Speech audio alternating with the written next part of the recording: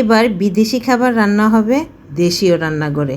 আর প্রথমেই বলে রাখি, এই খাবারটা কিন্তু অবশ্যই তোমরা একটু বেশি করে তৈরি করো।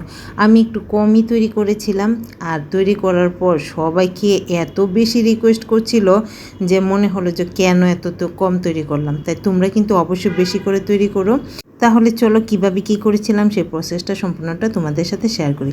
সেই জন্য দেখতে পাচ্ছ একটা ডিম ভেঙে নিয়েছি, আর সেটা ছিল রুম টেম্পারেচারে। দিয়ে দিয়েছি 2 চামচের মতো চিনি, খুব সামান্য একটু লবণ। মিষ্টি ডেজার্ট তৈরি করব, সেটাতে একটু লবণ থাকলে স্বাদে খুব সুন্দর ব্যালেন্স হয়। আর দিয়ে দিলাম 1 চামচের মতো সয়াবিন তেল। তোমরা চাইলে কিন্তু এখানে দিতে পারো বাটার। তো ওইগুলো দিয়ে খুব ভালো করে হুইস্কের সাহায্যে মিশিয়ে নিচ্ছি যতক্ষণ পর্যন্ত না চিনিটা মেল্ট হয়ে যায়। আর চিনি খুব ভালো করে মেল্ট হয়ে গেলে এখানে দিয়ে দিলাম 1/3 কাপের মতো দুধটা আগে থেকে জাল করে ঠান্ডা করে রেখেছিলাম। সব কিছু ভালো করে মিশিয়ে দিয়ে দিলাম আমের পিউরি, দিয়ে দিলাম একটু ভ্যানিলা এসেন্স, আর সামান্য একটু ফুড কালারটা দিলে দেখতে খুব সুন্দর লাগবে। অপশনাল, তোমরা চাইলে দিতে পারো অথবা নাও দিতে পারো। সবগুলো খুব ভালো করে মিশিয়ে নিলাম। এবার এখানে আমি নিয়ে নিয়েছি 1/2 কাপের মতো ময়দা। 1/2 কাপ ময়দা সম্পূর্ণটা দিইনি, অল্প কিছুটা দিয়ে খুব ভালো করে মিশিয়ে নিয়েছি। তারপর বাকিটা দিয়ে আবারও খুব ভালো করে সব কিছু মিশিয়ে নিয়েছি। তো দেখতেই পাচ্ছ এভাবে খুব সুন্দর করে মিশিয়ে নিতে হবে যেন কোনো লাম্পস না থাকে। আর এটা কী পরিমাণ ঘনত্বের হবে সেটা তোমাদের আমি ভালো করে দেখিয়ে দিলাম। আশা করি দেখিয়ে তোমরা বুঝে নিয়েছো। এবার এই ব্যাটারটাকে আমি সুন্দর করে একটা ছাঁকনির সাহায্যে সেঁকে নেব যেন কোনো ধরনের লাম্পস না থাকে, আর আমাদের প্যানকেকগুলো একদম স্মুথ আর মসৃণ হয়। তো দেখতেই পাচ্ছ আমাদের কিন্তু এবার কাজে শেষ। চলে গেলাম চুলায়, বসিয়ে দিলাম একটি ফ্রাই প্যান, আর তাতে খুব সামান্য একটু তেল ব্রাশ করে নিব।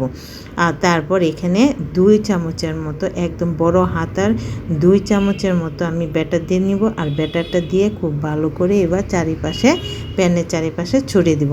আর এই সময় কিন্তু চুলার আঁচটা অবশ্যই একদম লোতে রাখতে হবে। একদম লোতে রেখে তারপর ব্যাটারটা দেবে। আর কিছুক্ষণ জাল করার পর এরকমভাবে কিন্তু প্যান থেকে আপনি চলে আসবে। তো দেখতেই পাচ্ছ আমি কিন্তু এখানে 3টের মতো প্যানকেক তৈরি করে নিয়েছি। এবার এখানে দেখো একটি বাটি আমি আগে ফ্রিজে রেখেছিলাম, ঠান্ডা করে নিয়েছি, সেটা নিলাম। আর নিয়ে নিলাম 1 কাপ হুইপড ক্রিম, দিয়ে দিলাম এখানে গুঁড়ো চিনি, আর দিয়ে দিলাম একটু ভ্যানিলা এসেন্স।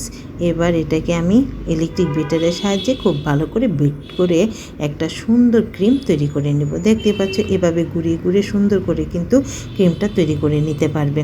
তো সম্পূর্ণ ক্রিমটা তৈরি হয়ে গেল। এইবার আমরা সম্পূর্ণ ম্যাঙ্গো পিলু প্যানকেকটা তৈরি করে নেব। আর সেই জন্য দেখতে পাচ্ছ আমি নিয়ে নিয়েছি আম, আর আমের এরকম সাইডের 2টি অংশ আমি কেটে নিব। আর এখানে সম্পূর্ণ পিলু প্যানকেকটা তৈরি করার জন্য নিয়ে নিলাম একটি শিট, আর সেটা দেখতে পাচ্ছ উপরে নিচের যে অংশটা একটু দাগ দাগ হয় সেই অংশটা নিয়ে নিলাম উপরের দিকে। আর তারপর এখানে দিয়ে দিলাম হুইপড ক্রিমটা খুব ভালো করে লম্বা করে ছড়িয়ে দিলাম, কারণ আমাদের আমের সাইজটাও তো লম্বা, সেজন্য লম্বা করেই দিয়ে দিলাম। দিয়ে এবার উপরে একটি দিয়ে দিলাম ম্যাঙ্গো স্লাইস, দিয়ে আবার এই ম্যাঙ্গোটাকেও খুব সুন্দর করে হুইপ ক্রিম দিয়ে একদম কভার করে দিব। আর অবশ্যই এগুলো একটু বেশি করে দিতে চেষ্টা করবে। বুঝতেই পারছো এগুলো খেতে কতটা টেস্টি হয়। আর বিশ্বাস করো এটা খেতে কী পরিমাণ টেস্টি, তুমি একবার ঘরে তৈরি না করলে বুঝতে পারবে না। আর প্রথমেই বলেছি অবশ্যই কিন্তু বেশি করে তৈরি করতে হবে যদি সবাইকে তৃপ্তি করে খাওয়াতে চাও। 1টা 2টা খেলে কারোর মন ভরবে না, এতটাই টেস্টি হয়, মানে একটার পর একটা খেতেই থাকবে। আর চিনির পরিমাণটা যদি তোমাদের চয়েস অনুযায়ী পারফেক্ট হয় সেক্ষেত্রে তার কোনো কথাই নাই, শুধু খেতেই ইচ্ছা করবে, এতটা টেস্টি হয়। অবশ্যই তোমরা একবার ঘরে ট্রাই করো। তো দেখতেই পাচ্ছ আমি কিন্তু সম্পূর্ণভাবে দিয়ে হুইপ ক্রিমটা তারপর বাস করে নিয়েছি।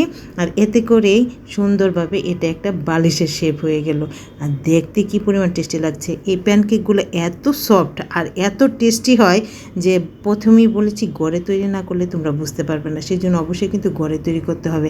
আশা করি তোমরা দেখে বুঝে নিচ্ছ। আমি তোমাদের একটা কেটে দেখিয়ে দিচ্ছি, ভিতরটা দেখতে কী পরিমাণ টেস্টি লাগছে, মানে দেখেই তোমার খেয়ে ফেলতে ইচ্ছে করবে, এতটাই টেস্টি হয়। আর দেখতে পেলে কত সহজে তৈরি করেছি, খুব কম উপাদানে খুব কম সময়ে। তোমাদের কাছে কেমন লাগলো কমেন্ট করে জানিও, ভালো লাগলে বেশি বেশি করে শেয়ার করে দিও। সবাই ভালো থেকো, টাটা।